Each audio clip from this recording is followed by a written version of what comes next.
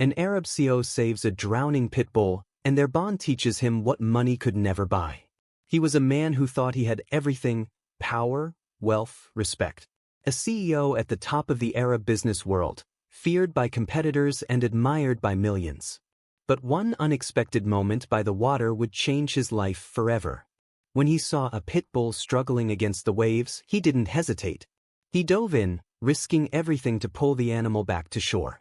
What he didn't know then was that this is not just a story about a man and a dog. It's a story about courage, loyalty, and the discovery that the greatest lessons in life come not from boardrooms or fortunes, but from love and trust. Their journey together will reveal truths that money can never buy, and what ha. Before we begin, make sure to subscribe to the channel.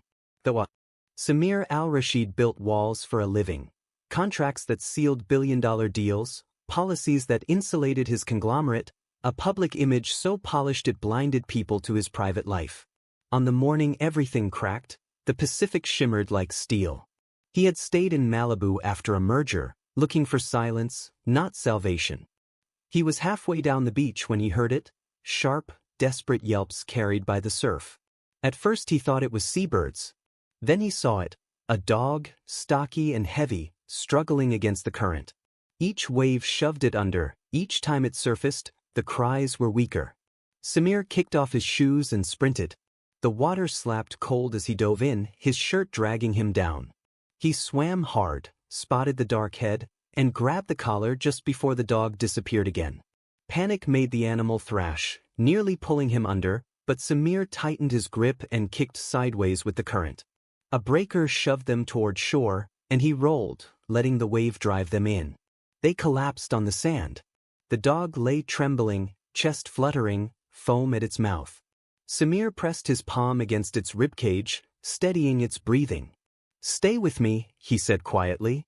The animal opened its eyes, amber, rimmed in red. A pit bull, gray-blue under the sand, ears cropped too short. Scars crossed its shoulders, faint but undeniable. This was not an accident. This was a life scarred long before the ocean. "Ya Allah, Mr. Samir." Omar, his driver, came running. "Are you hurt?" Samir coughed, shoulder stinging. "I'm fine." "He isn't. We need a vet now." Omar stripped off his jacket, laying it over the dog. It flinched but didn't bite. Samir slid his arms under the ribs and hindquarters, the weight sodden with seawater. "I've got you," he whispered, surprised by how much he meant it. In the SUV, the dog's head rested on his lap. Its breath-steadied eyes half closed, as though it had chosen him. Samir stroked its forehead slowly. "Who throws a dog into the ocean and leaves?" he murmured, fury sharp in his chest. They reached the clinic in 15 minutes. Tex rushed out, wheeling the dog inside. "Name?" one asked. Samir hesitated. "He doesn't have one." "Not yet." The swinging door blocked him. He stood in the lobby, soaked, salt drying stiff on his sleeves. A vet finally appeared, teal scrubs, calm eyes. "Hypothermic but stable," she said. "You saved him. But he's got history, scars, cropped ears, signs of neglect. Possibly baiting." Samir's jaw hardened. He had met cruelty before in boardrooms, wrapped in charm. This was worse. "Does he belong to you?" she asked. "He does now." They led him back.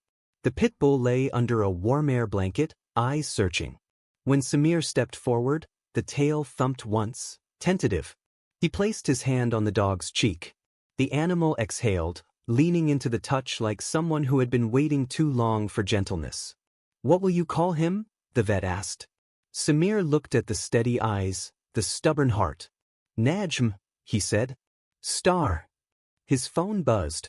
Messages from his legal officer, his PR team, even a journalist link. Arab CEO pulls dog from surf, Malibu miracle? The photo froze him waist-deep in water, arms wrapped around the pit bull. The story was already spreading. Normally, he would control the narrative, polish it. But with Najm's paw sliding onto his wrist, Samir realized this moment wasn't about headlines. "Sir, the press will want a statement," Omar murmured. "Not yet," Samir said. His hand stayed on Najm's cheek. "This doesn't need spin." A harsh voice rang out. There he is. A man stood in the doorway, denim jacket soaked, jaw flexing. Another hovered behind with a phone raised. The first man's eyes locked on Najm and then on Samir. "That's my dog," he said. "Hand him over." The clinic froze.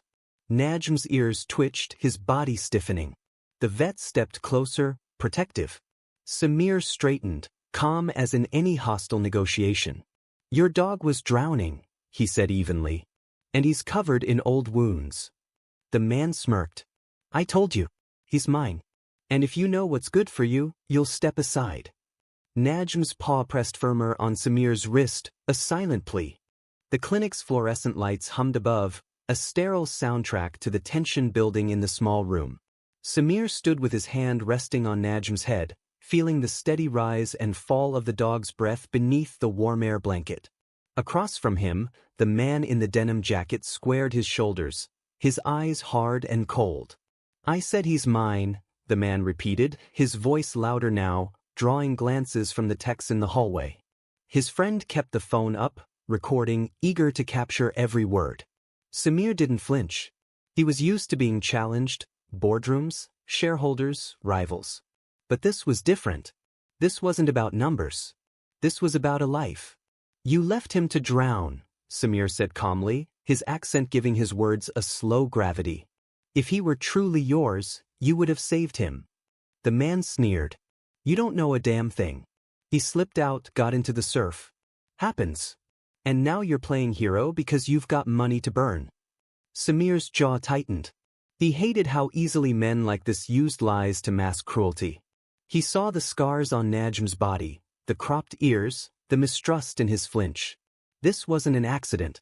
The vet stepped forward, her posture firm. "Sir, this dog came in under emergency care. We're obligated to treat him first. If you claim ownership, we'll need proof, vaccination records, adoption papers, anything. Do you have that?" The man hesitated, then spat. "I don't carry papers around." "Then you don't have a case," she replied, her voice clipped. His friend muttered, "We could call the police." Samir's eyes flicked toward them, sharp as steel. "Do that," he said evenly. "And bring them here. Let them see his wounds. Let them ask why a dog with fight scars was drowning alone." The man's smirk faltered. For a moment, the bravado slipped, replaced by a flash of unease. His friend lowered the phone slightly. "You think money makes you untouchable?" the man snapped. Samir stepped closer, his presence filling the space. He didn't raise his voice. He didn't need to. "Money doesn't make me untouchable. But it does give me something you don't have: resources, lawyers, influence. If you walk out that door, this ends now. If you stay, I will make sure the world knows exactly what you did." The silence hung heavy. Najm stirred, pressing his paw more firmly onto Samir's wrist, as if sensing the storm around him. Finally, the man cursed under his breath. "This isn't over." He jerked his head at his friend, and they backed out of the clinic, muttering threats as the door slammed behind them. The vet exhaled, tension draining from her shoulders. "That was risky," she said. "If he really used this dog for fights," she shook her head. "People like that don't give up easily." Samir nodded, his gaze steady. "Neither do I." He turned back to Najm. The dog's eyes were half open, tired but watchful. Samir stroked his forehead gently.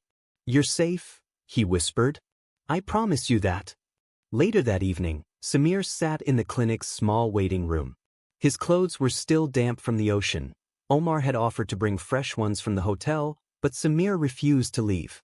Najm was behind the treatment door, hooked to fluids, warmed, stabilized. Every time the door swung open, Samir's chest tightened. He wasn't sure why he felt so anchored to this animal. He had attended galas with royalty, signed contracts worth billions, but nothing had unsettled him like the sight of Najm gasping in the waves. Something about that struggle, the refusal to surrender even when the current pressed hardest, echoed inside him. His phone buzzed. Dozens of missed calls from the board, messages from PR. The video of the rescue was everywhere now, trending on social media, headlines calling him the CEO hero. Investors wanted a statement. News anchors wanted an interview. Samir locked the screen and set it face down.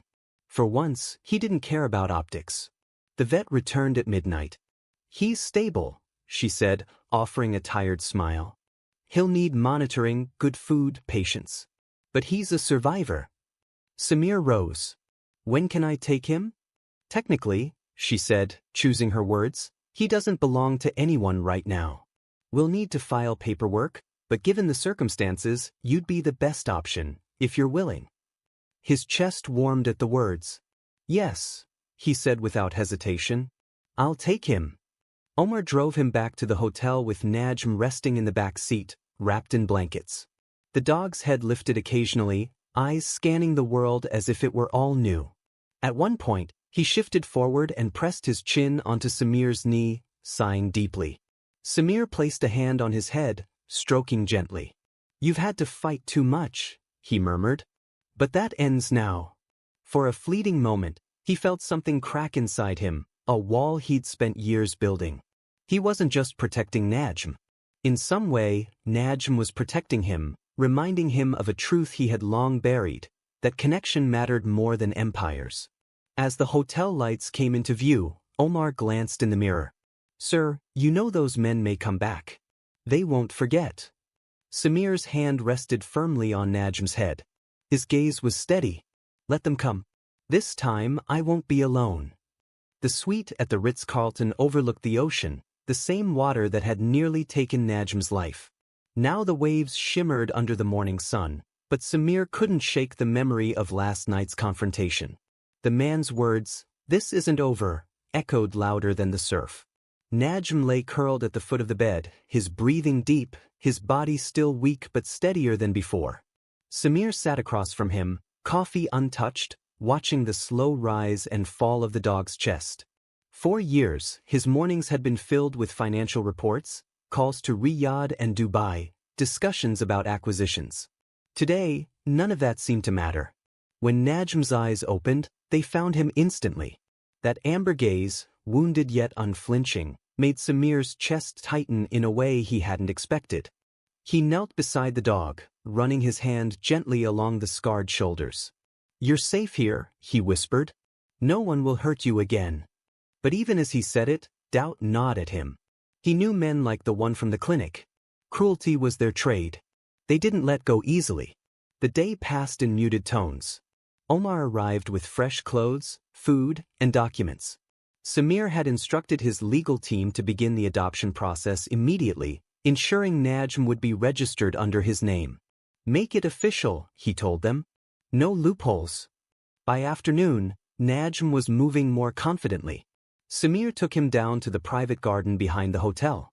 The dog sniffed cautiously at the trimmed hedges, every movement tentative.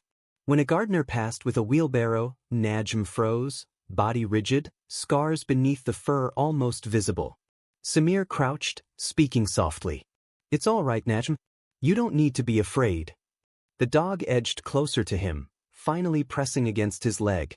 Samir rested a hand on his head, feeling the weight of his trust. And in that moment, he realized something startling. This animal, who had known nothing but neglect and pain, had chosen him. Chosen to trust him, even when the rest of the world had failed. For a man who had always believed loyalty was bought through contracts, the realization was humbling. That night, Samir attended a dinner with investors at a high-rise in downtown Los Angeles. The table was lined with crystal glasses and silver cutlery, the conversation sharp with ambition. But whispers followed him. "Did you see the video?" one banker asked another. "The Arab CEO rescuing a pit bull? It's everywhere." "Sentiment numbers are through the roof," another said. His PR couldn't have planned it better. Samir kept his expression neutral, sipping his wine. They didn't understand. This wasn't about branding or strategy. It wasn't an act. And yet he knew they would spin it that way, turn his rawest moment into another asset on a balance sheet.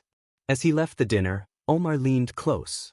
"Sir, we've been followed since we left the hotel." Samir stiffened.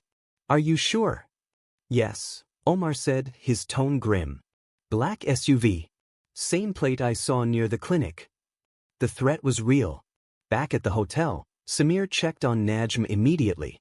The dog wagged his tail faintly when he entered, lifting his head with weary loyalty. Samir sat on the bed, brushing his fingers along Najm's ear. "They're watching us," he said softly, more to himself than to the dog. "But they don't know who they're dealing with." Najm sighed, resting his head back on the blanket. His presence was grounding, a reminder of what mattered. But Samir knew he couldn't remain passive. He had built an empire by facing threats head-on. This would be no different.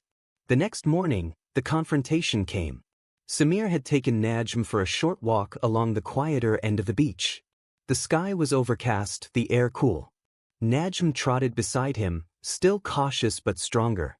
Then he heard it, a car door slamming, heavy boots crunching on gravel. The man from the clinic stepped onto the sand, flanked by two others. His smirk was the same, but his eyes burned with intent. "Thought you could steal from me?" he said. Najm stiffened, growling low, a sound that vibrated through Samir's hand on the leash. Samir stood tall, his tailored coat billowing slightly in the breeze. "Steal? You abandoned him. I saved him." The man laughed bitterly. "You think you're a hero? He was mine. He made me money. And now you're going to give him back." The words landed like poison. Samir's blood boiled at the confirmation. Najm hadn't just been neglected. He had been used, exploited, maybe even forced into fights. "No," Samir said firmly. His voice was calm, steady, but carried the weight of authority that had silenced entire boardrooms. "Najm belongs to no one who treats him like property. He stays with me." The man's jaw tightened. "You don't scare me, rich man." Samir's lips curved into the faintest smile. "Then you don't know me." He gestured subtly. From behind a dune, Omar stepped forward, his phone in hand, already recording. Two security men, hired overnight by Samir's team, appeared at his side. The man's expression faltered. His bravado wavered as the balance of power shifted. "This isn't the end," he spat, backing away. "You'll regret this." Samir didn't move, didn't blink. "The only one who should regret anything is you. And soon you will." The men retreated, but the promise in their eyes was clear. This battle wasn't over. Najm pressed against Samir's leg, still trembling but resolute. Samir knelt, wrapping his arms around the dog's thick neck. "I won't let them take you," he whispered. "No matter what it costs." That night, Samir stood at the suite window, staring out at the waves. Behind him, Najm slept soundly, finally untroubled. But Samir knew peace was temporary. The men would return, and next time they wouldn't settle for threats. And yet, as he watched Najm's chest rise and fall in steady rhythm, a strange calm settled over him. For years, he had fought for money, reputation, control. Now, for the first time, he was ready to fight for something pure. Not profit, not empire, but loyalty. The morning sun washed the Malibu coast in pale gold, but Samir felt none of its warmth. He sat in the suite's armchair, fully dressed though it was barely dawn, his gaze fixed on Najm asleep at the foot of the bed. The pit bull stirred occasionally, paws twitching as if running in dreams. Samir wondered what ghosts haunted him, what fights he relived behind closed eyelids. The threats weren't abstract anymore. The encounter on the beach made that clear. Those men weren't going to fade into the shadows.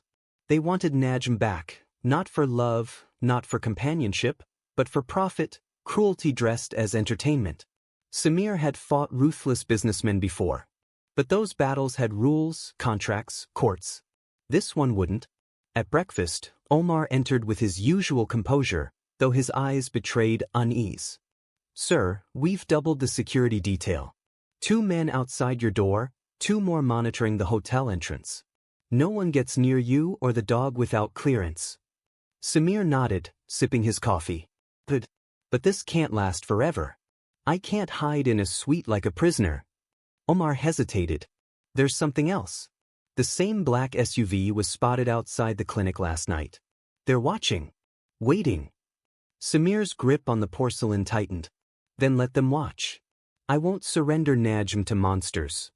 From the bed, Najm lifted his head, ears twitching at the sound of Samir's voice. He padded over, pressing his head against Samir's knee. The gesture was simple, yet it hit Samir harder than any business victory. Najm trusted him completely. That trust was now his responsibility to protect. Later that day, Samir decided to take Najm out again, but this time, not to the beach. He chose a quiet hiking trail in the hills, a place with fewer eyes and open space for the dog to breathe freely. At first, Najm was cautious, sniffing each branch, pausing at every sound. But as they walked farther, something shifted. The dog trotted ahead, ears perked, tail lifted, as though testing freedom itself. Samir watched with a small smile tugging at his lips. Each step away from fear felt like victory. But victory was fleeting.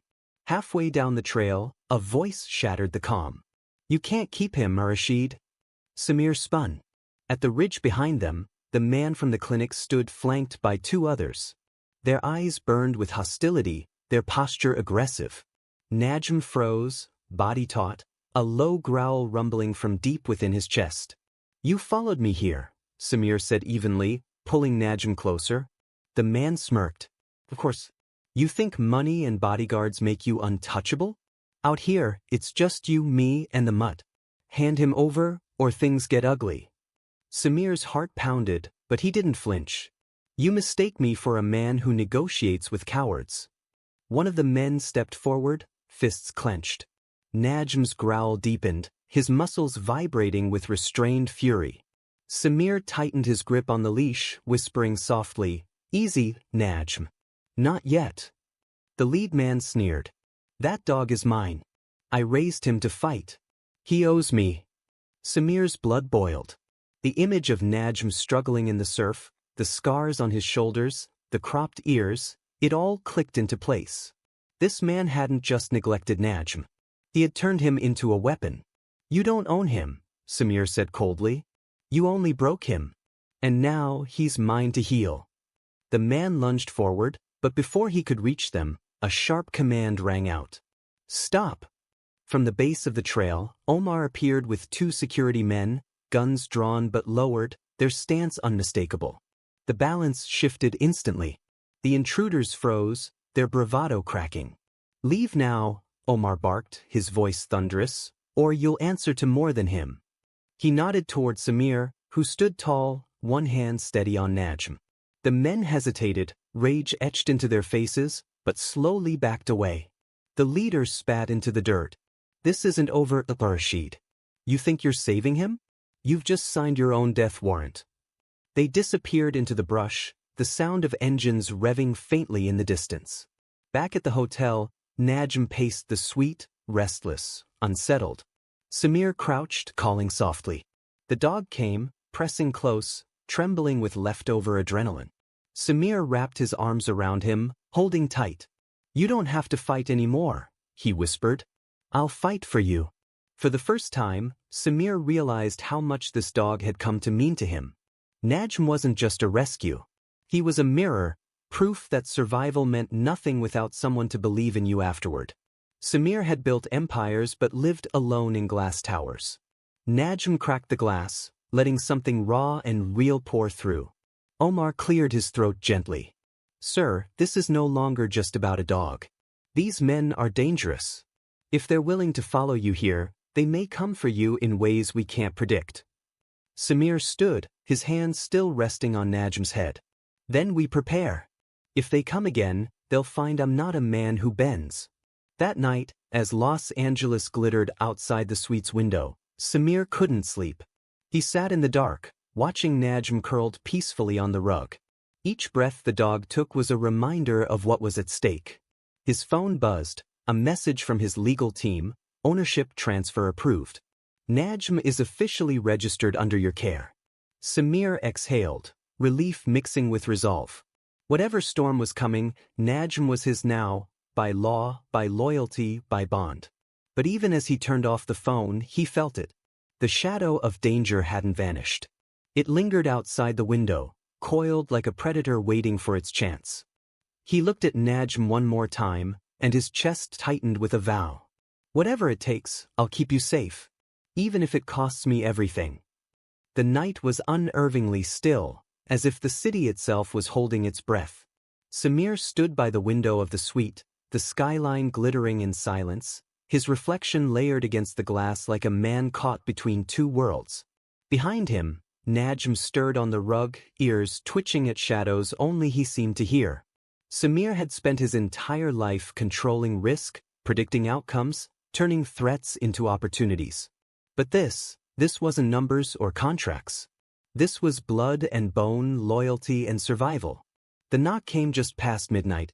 3 sharp raps, too forceful to be casual. Omar's warning echoed in his mind, "They won't stop." Samir moved silently to the door. "Stay," he whispered to Najm, though the dog was already on his feet, muscles tense, a low growl rumbling from his chest. When he opened the door, 2 of his security men stood rigid, eyes wide.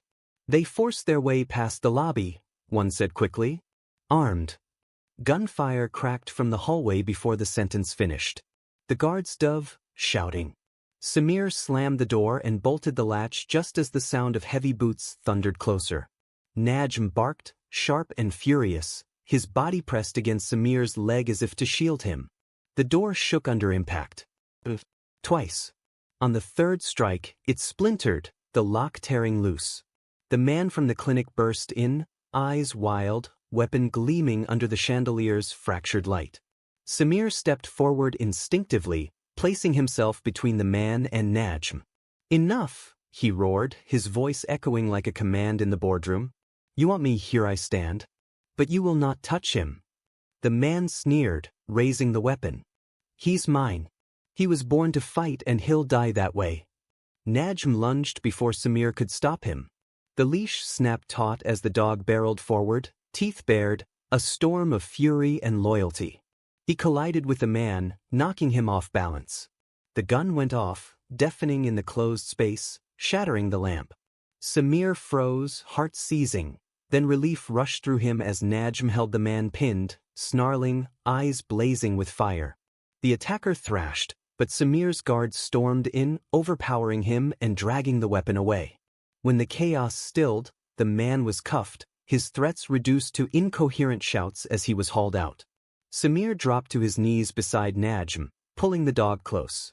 His hands shook as he ran them over the thick neck, the heaving ribs, desperate for reassurance. No blood, no wounds, just trembling muscle and a heartbeat hammering as wildly as his own.